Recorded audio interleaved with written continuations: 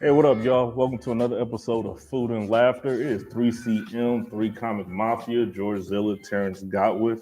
You know how we do, man. Hey, today's food is from Momo Station. I'm not going to say the first name because I really don't know how to say it that well. And we got the pork dumplings. They steamed, but forget all that, man. We got a special guest. She requested this because she's a little bougie, just from what I know. Don't know too much. She had requested this. I was like, hold on, man. I didn't know we was, requesting food, but I think I asked, but it doesn't matter. She just had a show this past weekend. She does the damn thing all the time. Give it up for Malone. Yes. Thank you so much. Thank you for having me. Thank you for coming. I'm excited to be here. So first off, you can dig in at any time. Okay. Feel free to, and don't be shy about it. Put your Momo on. We kind of sometimes add like rapid fire questions just because we want to know, and then Okay. you end up not eating. So feel free to eat. Like we kind of. I'm one of 9 kids, so if there's food there, I'm gonna get some. Yeah, let's do this. You like my koozie? I do. Oh shoot! Yeah, you got the wall sauce. Yeah, we got one. Just double check. I like Supporting it. those beef sticks. Like vegetables. Yeah, so this is about you. So it's your time to shine. So All tell right. us about your comedy journey. How long you been doing it, Megan? So I've been. Do you go by Meg or Megan? I go by Megan, but people All right, call me cool. Meg all the All right, time. so- Malone also. I just messed up the intro. My bad. It's all All good. good. No, it's all good. So I started doing stand-up in 2017. But Okay. the reason I started doing stand-up, I lived in Atlanta and I was writing a pilot. And I found that I was feeling like my dialogue was stiff and the jokes, like I wanted to know if the jokes were going to hit when the pilot, it was animated, would come out in a year. Mm. And so that's kind of what put my mind on it at first. But then I ended up relocating back to Omaha, and that's when I really started doing it. So what part of Atlanta are you from? I'm from. Like, I'm not Dunwoody. from Atlanta, Oh, you're but I not from- lived next to the old stadium by Daddy D's barbecue joint. Oh, when you I was down there? there. Okay. Yeah. All right. Yeah, that's my home. That's where you're from? Yeah. I love it. It's such I a love Atlanta. great American city. Yeah, I was just there last month. I would move back visiting there in a heartbeat. Yeah, I don't want to reminisce. Y'all looking like. Okay. No, I was gonna say, Yo, I'm sitting there like, man, I want to go to Atlanta I now. was gonna say like Atlanta's a comedy city. So like, did you actually start there, or No, did it just kind of? I really didn't. I would go to like the Laughing Skull, and I lived right by, I'd see like the people who were doing all the sick animation stuff. And so I would go, like you'd go to the Laughing Skull and Margaret Cho would drop in. Like, I mean, Atlanta really is Black Hollywood too. It's like you would see celebrities from theater, from comedy, from music everywhere you went. So it was a super inspirational, very creative city, but I didn't do it down there. Now, you say you wrote a pilot. Were you making a comedy pilot, like a show or something? Yeah, I had gotten pretty- commissioned to do a pilot that was, it was kind of a parody, a Wile E. Coyote parody that I Okay. wrote and animated with a friend of mine who's Also, you do animation. I don't, I Oh, just you know commissioned some- the artist. I wish I could, but no, Yeah. I just write. We might have to talk. I got some ideas. Okay, all right. Yeah. So you feel like that's what your specialty is then, in the writing and such like that, or do you kind of want to start dabbling in the animation side too? No, I tell you what, I've been using AI like crazy though. Now that it's available, people can hate on it, but like, Royals or Scree Royals, however you yeah. say it? Okay. Well, and I use it for my show to generate this. If you go on Laughter Hours, our late night show at the Backline, I'll generate an AI Simpson version of you. So I have fun doing that, but I don't have those skills. I'm a writer by trade. The least cathartic of all the skills. I feel like everyone who writes is like wishes they could be a singer or something more chill. But yeah. That thing is boring. Right? Everybody knows comedy is where it's at. I do love comedy. It has been, once I started doing it, it was just the perfect fit for me. So I would say like what I've been working on mostly is like performing, getting comfortable on stage. Would love to go back to, I did my first West Coast tour this summer. I met a lot of super cool people, and I would love to do the Southeast again, get back to Atlanta and do all those places. That's dope. That's dope. Have you ever did the Clash? Have you ever did? Yeah, the I Clash? did. I won it. You won it? Okay, I need to do my history. See, I need to do my history. Do my history. How'd you feel when you won the Clash? When did you win it, by the way? I think it was late last year, maybe late October or September. I don't recall exactly. Yeah. I felt good about it. I mean, I've had a lot of more opportunities to perform since then. So I feel like I've improved vastly even since then, but it's like always a pleasure to hit a big stage like that. And I did my guest set with Tammy Pescatelli, and she was super cool. And and big fan of Colleen and that stage out there. You know, it's different. It's different what they get out there versus kind of a lot of the indie shows that I'm doing most of the time. So Right. Oh, definitely. So we always ask some of the questions. So do you feel like as a woman, it's harder for you in comedy, or is that one of those things you're like, that's a tired trope? Or what are your thoughts on that, doing comedy now for what, 5 years, almost 6? yeah, we did have the pandemic timeout. So I've lost a couple of years there, but I mean, there's pluses and minuses, right? Being on the West Coast, you feel like people are actively looking for female talent. And here I feel like it's like, well, we got to have one per show. And, you know, you don't really see a lot of shows that have more than one female on it. And so in my mind, it's like I have 25% chance to get on a show versus any man who's going to fill one of those 3 slots. And I mean, I just know statistically that male headliners sell more often. I feel like when I get up on stage, there's a certain vibe that's like, prove that you're funny, you know? I used to think that, but I don't think that. I don't know. Y'all women are excelling. I had to, not to cut you off, but like a short story I told y'all two about it. It's the same thing that happened to Carmela. I took Carmela out of town, and you know, I met. She's funnier than me. I don't care. I can say it. I'm gonna say She's that. funny. You know, she's She's funny. very Really funny. And I said, you know, I told the people, hey, she's good, whatever. And this place was like, well, we only gonna pay her half the price we paying Yeah. y'all. And I'm like, what? You know what I mean? I couldn't believe it. And I was like, what you sure? Like, what are you talking about? Like, she should headline. Like, I'm not no headliner. I'm a closer. Like, I can give you Sure, a close. yeah. I can close the show, but I ain't Right. a headliner. Headliner is 30, 45 minutes. You know what I mean? And long story short, I switched with her.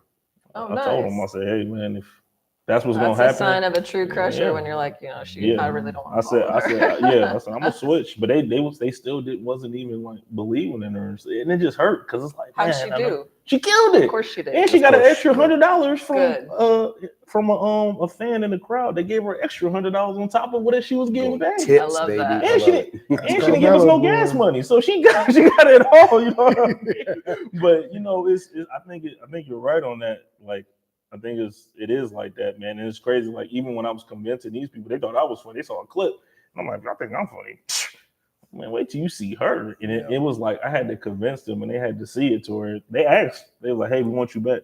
Hey, can you bring Carmela? And I'm like, oh, now they want Carmela back, but she's busy, so she can't do it this time. So see that, and that's good too. That she's like, I'm not always going to be there available. Yeah, it's true. So I think she had to piggyback that. Cause I felt like that is like that, and it's wrong. It is wrong because it should be based off if you're funny or not if you got a breast. You know what I'm saying, or not? Yeah. It's just crazy how that works. So, well, she's not the only female that we've had that said that too, right? Because now we've had Jocelyn on, we've had Brianna on, and we talked about that, and they're kind of in that circle. Who's some other funny females that we like? We got Patty Fanchulo, man. She was on, and she's funny. Lauren Vanna, super funny. Yep. Rachel Ware, super Very funny. Yep. funny. Heather Jones, she used to host for y'all. And I'm getting, I just got a list of KC headliners. So for our Laughter Hours show, we only put on female headliners because we wanted to give ourselves and other females a spot to do longer sets, headlining sets, and get comfortable. You know, you got to act like you know how you've been there, but how are you going to get there? Right. So when I did my first headlining set at the Storm Cellar this past May, that was cobbled together from getting 15 minutes features here, 20 minutes features here. And I just don't feel like, I was laser focused on it. If you came into my office, it would look like Charlie Day with the red map and strings everywhere. Like you say your first headliner spot? Yeah, was this May. What? Yeah. And then, but it was right around there. Once I got that headlining spot, it trickled. Like I got a couple, like right after that, you know, boom. Yeah, boom, it's boom. that waterfall effect, right? Yeah. And it's like I'm less concerned about that than getting really good, but I am part of group chats where we're trying to pull up KC headliners. I'm always super stoked to see some female headliners and just keep promoting them because the women that I see coming fresh on the scene with Jocelyn, Lauren, they're prepared. They, you know, when they see people go up there with no jokes, they're like, couldn't be me, wouldn't be me. And it really can't. You can't really fumble like that all the time. If you're a female, you kind of have to be tighter. Yeah, they're very comfortable on stage, both of them. For being what I would consider young-ish on stage, like as far as time, they're very comfortable and are very witty in how they handle stuff like that and how they deal it out. So who's somebody you want to work with? Is there somebody that you have either in this scene, in the Kansas City scene, or even a bigger scene that you're like, you know what, that's my goal within 6 months? Well, within 6 months, I went to High Plains Comedy Festival in Denver just to hang out because I knew a bunch of comics who were going to be performing there, and I got to kick it with Beth Stelling. Oh no! And see her perform, and then she was at the after-hour party, and I was like, chilling, you know what I mean? We were doing karaoke, and she was very down to earth and very cool. I don't think I could get there in 6 months, but that would be a bucket list to work with her. Or, I mean, I would love to work with Ali Wong, you know what I mean? There's so many good, Janelle James. And I know females, I opened for Amy Miller when I was on the West Coast, and she is super funny, and she just got her name on the wall at the Comedy Store in LA. And just I would love to perform with, just not set the bar, you know, but I know those females, interestingly enough, are also in a group chat where they tell each other how much they're getting paid for certain spots so they can keep leveling up. See, that's something that like doesn't happen. Like on the guy side, like we don't really do that. It's such a question mark, like, oh, what should I charge if I go here and stuff. So that's nice to know that y'all got like some sort of insulation. And I'm actually thinking about starting like a listserv where it's like, I think one thing that holds me back from touring, it's more expensive for women to tour because it's like, no shade, but if a man is like, oh, you can crash at this comic's house, I was like, that really doesn't apply to me. You know what I mean? Like it's a different scenario for me than it would be for you. So it's like you end up coming out of pocket for hotels where a lot of men can just like network their scenes and go all over. So we're kind of trying to establish something like that for female comics where if you want to, there's so much experience and so much connections to be made on the road, and to try to find a safe way to do that. I just go to the bar and wait till I get picked up. Yeah, well, I mean, that's how you get in the ditch if you're a lady. That dumpling was fire. By the way. Y'all are messing up by not having one. All right, man. Let me get one. I don't know if it's like and like their hot sauce is different. That's what I liked about it when they first started making it. Really good. Yeah, because it's like a different kind of heat. Yeah, I'm a fan of the spice, and I was like, the sauce in it. The sauce is it. Oh man. No. It's just the dumpling. So it's like the meat and the vegetables and everything. So they should have. Like I said, they got one at Inner Rail, and I see it all the time. I just haven't gotten to it yet. And so now I'm like, yep, I'm gonna get that because they got those and the fried ones. Yeah. I want to see how the fried. Somebody request a sting. Hey, I'm okay with it either way. I'll take it either way. I'm good with it. You just recently when you just skydiving? When you just doing? I did. Oh man, how was that?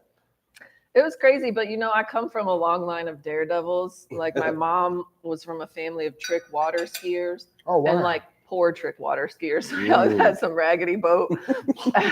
And then my grandfather, he actually taught fighter pilots in World War II. He was that good of a small plane pilot. So like when I got invited with Tyler, I was like, yeah, I'll do it. It was like on a Thursday and we went on a Sunday. But had I had known how small this plane was, that was the scariest part. I mean, this plane felt like it was about as big as this table. And you're going up in it and like the screws are shaking. I was like, why is there insulation out? There's insulation right there. But the guy, you have to basically sit on this person's lap, and he tapped me on my shoulder and he's like, are you okay? And I was like, yeah. And he was like, well, because most people start fidgeting, they start breathing heavy, they start chattering, and you're just very calm. And I don't know if that's good or bad. And in my mind, so you're a psycho. Like, yeah. Okay. Yeah. And I was like, I'm in shark mode, bro. Like I'm just like live or die now. Oh man, I'd have peed on his back. I ain't gonna lie. I'm like, oh man, because me and Eric, nah. I mean, I will tell you, when they opened the door, I went like a cat straight to the thing. I was super chill, and then my whole body was like, well, I feel like my soul left my body. There's like, no well, it's a wrap on this meat suit. Like, get out of there. But you just free fall. So what was that like? Like you? Yeah. Was there a point where you were like, okay, now I'm good? Yes. Okay. Like he grabbed my hands off of my pack and just held them out there and like showed me kind of how you could move, because you are just. It doesn't feel like you're falling. It feels like you're floating. Really? You really can't feel, because you reach velocity right away. I'm terrified, dude. I can't. I'm just thinking about it, bro. My sphincter just shriveled at the thought of that. I'm scared to just walk up the top of a ladder, bro. And when we landed, the guy was like, he let me steer. I mean, we were vibing. It was cool. And we landed, and I turned to him, and he's like, how you feeling? I was like, good. I just wanted to wait to tell you till we landed that today is the anniversary of my grandfather being paralyzed from the small plane crash. Oh, wow. And he was like, wow, you are a psycho. That's why she was so calm. Hey, you got a little bit of I'm scared now. I'm about to. I'll holler at y'all later, man. I'm about to get up out of I here. don't think I can do it. No way. And when I told my 75-year-old mom, she said, "Oh, I'd love to do that." I was like, "She was born crazy." Yeah, Wonder where I that's- get it. I'd probably do it when I'm closer to the end of life, because if it goes poorly, whatever. Yeah, facts. Well, this is it. I'm saying, at that point, I'm out nothing. Like maybe 2.5 years. With a Right. hip surgery. Yeah, right. Now, I ain't gonna lie. Since you walked in, I gotta ask this question: are you a natural redhead? No, You're not. no, I'm not. You're not. It looked good on you, man. I don't know what it is. I don't know. I just like redhead. That was random. Yeah. I was just did my. I've had blonde, brown, Your wife's not red. watching this. Yeah. She No. probably won't be, but I did have someone come up to me in Portland, and they were like, "If you want to be big, you should lose 20 pounds and put your hair back to brown." And I was like, "Peace, like I don't got no time to fuss with someone who. Was That's that what from you're a male really or- that Was that focused from a on." male or a female? It was a male, of course. Yeah. Yeah. Yeah. Women tell me I gotta be, 6'5" and make 6 figures and, thing like a Pringles can. I got none of that. Yeah, that's Yeah. wild. I just go deaf when somebody started telling me what I need to do. Like, just Right, tell unless you're giving me actual advice, I was like, okay, so Right. you don't Okay. like red hair, I've Yeah. heard. Yeah. So tell me, like, your biggest comedic influences. We didn't really talk about that. I'm always curious to who, as far as like who was out there before you started that you were like, that's kind of what I aspire to be, and who's out there now that you're like, outside of like Beth Stelling, that who's out there that you're like, that's my gold standard. I mean, growing up, I watched, I would sit in my basement and watch Rosie O'Donnell's stand-up spotlight, which had everyone who was coming through. So I'd say some of my I loved Elaine Boozler and Rita Rudner when I was little. And, but then, you see, I mean, Dave Chappelle is the GOAT. I went and saw him at the Bourbon Theater, I think was at 2007. Nice. And then honestly seeing Ali Wong do her thing, like her first special, she was pregnant. And that just kind of blew my mind, because you don't see, that would be like seeing the president or a 5-star general pregnant. Like you do not see females who are pregnant in that stage. And her specials are so funny and raunchy. And, very raunchy. I love it. She just crusher, absolute stone cold crusher. And then let's see, who else am I loving right now? I actually really could love Pete Lee. I think he's super funny, and he's the opposite. He's super clean. Like his friends dared him to make a joke about watching porn clean, and he did it. Like That's talent. yeah. And I just you gotta be talented to say that. I have definitely have jokes that are room splitters, and right now I'm trying to, I'm happy with find a softer way in, to the. What type of joke? Give us the example you think. Well, I mean, I talk a lot about my younger brother who has Down syndrome, and people get nervous that I'm going to actually be cracking on people with special needs. And I like, if you've worked or in these industries, you end up having like a dark sense of humor anyway. So I think that, I have a joke that's, like they had told us to leave my brother at the hospital when he was born. They said, just give him up for adoption. He's going to ruin your family. Oh, wow. And I said, I just want you, and the audience goes, and you're like, I want you guys to know that was never an option for the Malones. Okay. Come hell or high water. Tim would be the 11th member of our family, because we're diehard soccer people. And 11 is the number legally required to field the team. Most opposing teammates will hesitate for just a second. They see that sweet Downey Angel on the goal. That's dirty, man. Yeah, man. I like that. You pull them in and then. That's the sample, but there's the beauty to it, right? Because I'm sure your brother's like, I love it. So he actually saw me perform for the first time this summer, and we were at Don's show at Ditmar's Orchard, and he was sitting right in the middle, and I'm telling all these like very edgy jokes about him. And if people wouldn't laugh, he would like slow comic turn and glare at them, and so then they'd start chuckling, and I was like, this is funnier than anything I'm doing right now. Like this Down syndrome man menacing these folks. Dude, like laugh intimidation, like what is it, like a laugh verification? Like, we need that at every show. Don't you recognize that was the punchline? Like, yeah, that's perfect. That is hilarious, man. You do the you ask the questions on the street. What made you do that? I see your videos when you like asking people random questions. I think I just seen the one where Laura Manna, he was asking what things can you get from a gas station that start with a P. She was struggling a little bit, man, but then she eventually got there. So that was for an audition. I wanted to do the street interviews just because I was hanging out outside these mics bored, and I was like, "There's all these allegedly funny people here. Let's see if we can crack them." And, was that a shot, Megan? No. We gotta ask about the beef now. Yeah. No, finish the question. I know. But I had an audition for Come and Go that they were trying to have me be they interview people at the pump for like free gas. That's crazy. Something. I work at Come and Go. Nobody's ever told me. Yeah, I'm about to go call somebody. Yeah, so it's like I don't know what it is about me. She's giving gas station. Yeah, I give out gas station interview vibes. I don't know that I really like this. Like, I remember I got a role. Just take a quick segue. I got a role as a cop in like an investigation discovery ordeal. I was super excited. I was like, yeah. And then I realized that like it was about profile. I was like, oh my God, they think I look like I hate black people. I think I look like a racist. No. Well, I just based on how the whole show went, I was like, this sucks for me. Man, now I feel bad, man, because when we were talking about the skit, I was gonna have you play the cop now. I don't even know. See what I mean? Right in front of my face. It's always those closest to you. I'm just saying. Well, Daddy's playing. We was good. Oh, you were gonna say criminals? Oh, yeah, but I'm not gonna say it now. And I did just start doing commercials for 42 Degrees. Nice. Okay. So you're like in that side of the stuff too. Is that just very recently? So it like did cool, comedy segue that to you, or did writing kind of open it? Was it a mixture of both? I think it was a mixture of both. I really don't know. I like try to look for. I always say like I hope things are even better than I hope they could be, and like that doors open that I see and that I don't see, and those are definitely some things that I did not see coming. But like the 42 Degrees was going to pay me an exact amount I needed, like for my mom's monthly grocery bill and shit like that, and so I was like, all right, well that seems like it's smoothing into my flow. Absolutely. Like in a really necessary, easy way. So I'll just go with it for now and see what happens. You know how to handle business. See how it happens. I don't know.